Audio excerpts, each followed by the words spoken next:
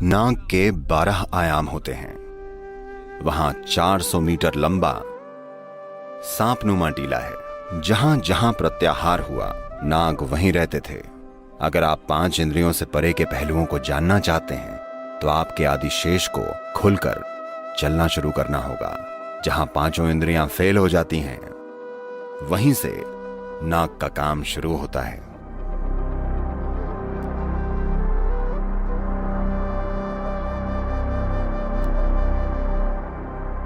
में आपका स्वागत है शिव की एक महान रात। इस पवित्र रात में अगर आप पूरी रात जागते रहें और कुछ जागरूकता बनाए रखें तो इससे आपके जीवन में जबरदस्त खुशहाली आएगी।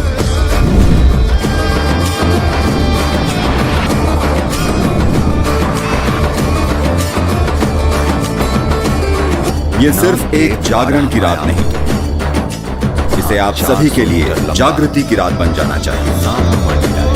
जहां जहां प्रत्याहार आप वहीं रहते। अगर आप 5 इंद्रियों से परे के पहलुओं को जानना चाहते हैं तो आपके आदिशेष को खुलकर चलना शुरू करना होगा।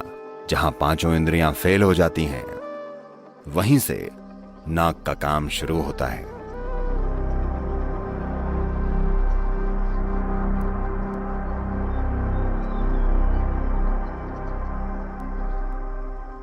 भारत में नाग के 12 आयाम हैं जिनकी पूजा की जाती है। ये इस प्रकार हैं: अनंत, वासुकी, शेष, पद्म, कंबाला, कारकोटक, अश्वितारा, धृतराष्ट्र, संकपाल, कालिया, तक्षक, पिंगला। ये हैं वो 12 पहलू। ये 12 पहलू कैलेंडर के 12 पहलुओं से भी जुड़े हुए हैं।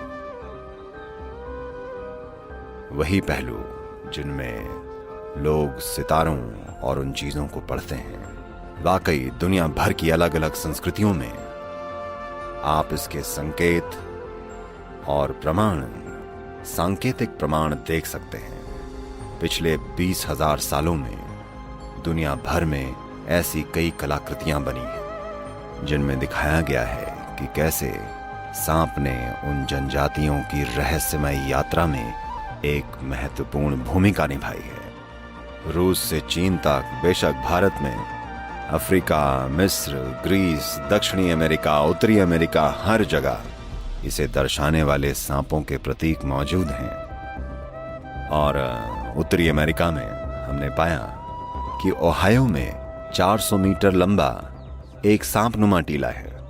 ये ओहायो में है, 400 मीटर लंबा, जो कि एक बहुत बड़ी खाई के नजदीक है, जो या तो किसी छोटे तारे के टकराने या उनके हिसाब से जमीन से गैस फटने के कारण बना है। हमें नहीं पता कि वो कैसे बना, लेकिन एक 400 मीटर लंबा मिट्टी से बना एक नाग, एक टीला, एक सांपनुमा टीला। तो दुनिया भर में अलग अलग लोग इस नतीजे तक पहुंचे हैं। इसलिए नहीं कि संस्कृतियों ने दूरियां तय की हैं, हालांकि ऐसा भी हुआ है, पर वजह वो नहीं है कि ऐसा हुआ है। जिस भी जगह लोगों ने 5 इंद्रियों से परे कुछ समझा है, जहां भी लोगों ने ज्यादातर समय आंखें बंद करके बिताया है, यानी मूल रूप से प्रत्याहार किया है। प्रत्याहार यानी आपने इंद्रियों को खुद में समेट लिया है। जहां जहां प्रत्याहार हुआ है, जहां जहां इंद्रियों को खुद में समेट लिया गया, वहां वहां नाग रहते थे।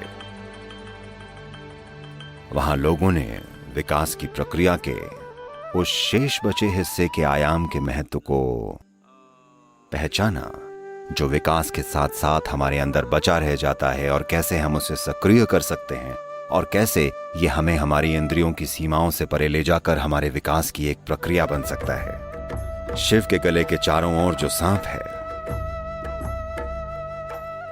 वो वासुकी कहलाता है। But the Vishnu's snake is referred to as Shesha. लेकिन विष्णु के सांप को शेष कहा जाता है। अगर आप ये ना जानते हो, आप में से वो लोग जिनको दक्षिण भारत की लोकल भाषाओं में शुरुआती स्कूली शिक्षा मिली है, अगर आपने ये पढ़ा है, मुझे नहीं पता कि तमिल में क्या शब्द है, पर तेलुगु और कन्नड़ में अगर आप मैथमेटिक्स सीख रहे हो, शेष यानी रिमाइंडर, मैथमेटिक्स में ये एक सामान्य चीज है, शेष, तो उसी शब्द को यहां प्रयोग में लाया गया है, यानी शेष, क्योंकि ये सांप या यही नाग उस चीज का प्रतीक है जो हमेशा शेष रह जाता है। जब एक सृष्टि समाप्त हो जाती है तब कुछ चीजें रह जाती हैं या एक खास मूलभूत पहलू रह जाता है जो एक बार फिर से दूसरी सृष्टि में अंकुरित होता है। तो ये वही शेष है जिस पर विष्णु विश्राम करते हैं। यानी जब वो विश्राम कर रहे हैं, जब पालन पोषण के लिए कोई सृष्टि नहीं है, तब वो शेष पर विश्राम कर रहे हैं। वो जो बचा रह गया है, आदि शेष नाग, खुलता है और समय आगे बढ़ता है। यही इसकी पौराणिक कथा है। इसका मतलब है ये पिछली सृष्टि का जो बचा हुआ हिस्सा है, वो जो बचा रहता है और जब वो उठ खड़ा होता है तो उसे आदि शेष कहते हैं, क्योंकि वो सबसे पुराना शेष है जो बचा हुआ है। और उठ खड़े होने का मतलब है एक नए ब्रह्मांड की रचना होने को है। तो ये जीवन का एक बहुत गहरा पहलू है जिसे प्रतीकों की मदद से व्यक्त किया गया है।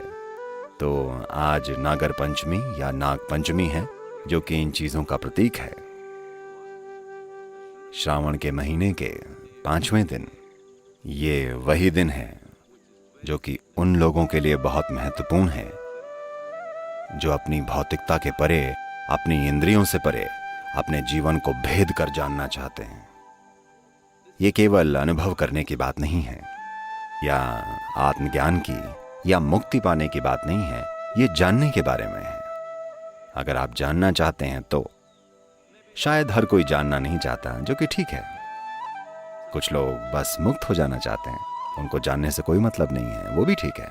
पर वो जो जानना चाहते हैं, उनके लिए उनके अंदर विकास की प्रक्रिया का ये शेष रहने वाला पहलू बहुत बहुत महत्वपूर्ण है। नहीं तो ये वाकई काम नहीं करता, चाहे आप सांपों के प्रतीक को समझें या न समझें, लेकिन आपको उस आयाम में जान डालनी पड़ेगी। Your Adishesha has to begin to uncoil and move. आपके आदिशेष को खुलकर चलना होगा अगर आप 5 इंद्रियों से परे के पहलुओं को जानना चाहते हैं। वो पहलू जो भौतिक प्रकृति से परे हैं। नाग उस आयाम को दर्शाता है जिसका बोध इंद्रियों द्वारा नहीं किया जा सकता। यही कारण है कि योग संस्कृति में नागों पर सबसे ज्यादा ध्यान दिया जाता था। देखिए, आदि योगी अपने गले में एक नाग को धारण किया करते हैं, क्योंकि ये आपके उस पहलू को दर्शाता है जहां आप किसी चीज को समझ पाते हैं जबकि आपकी इंद्रियां नहीं समझ पाती। जहां 5 इंद्रियां फेल हो जाती हैं, वहां नाग का काम शुरू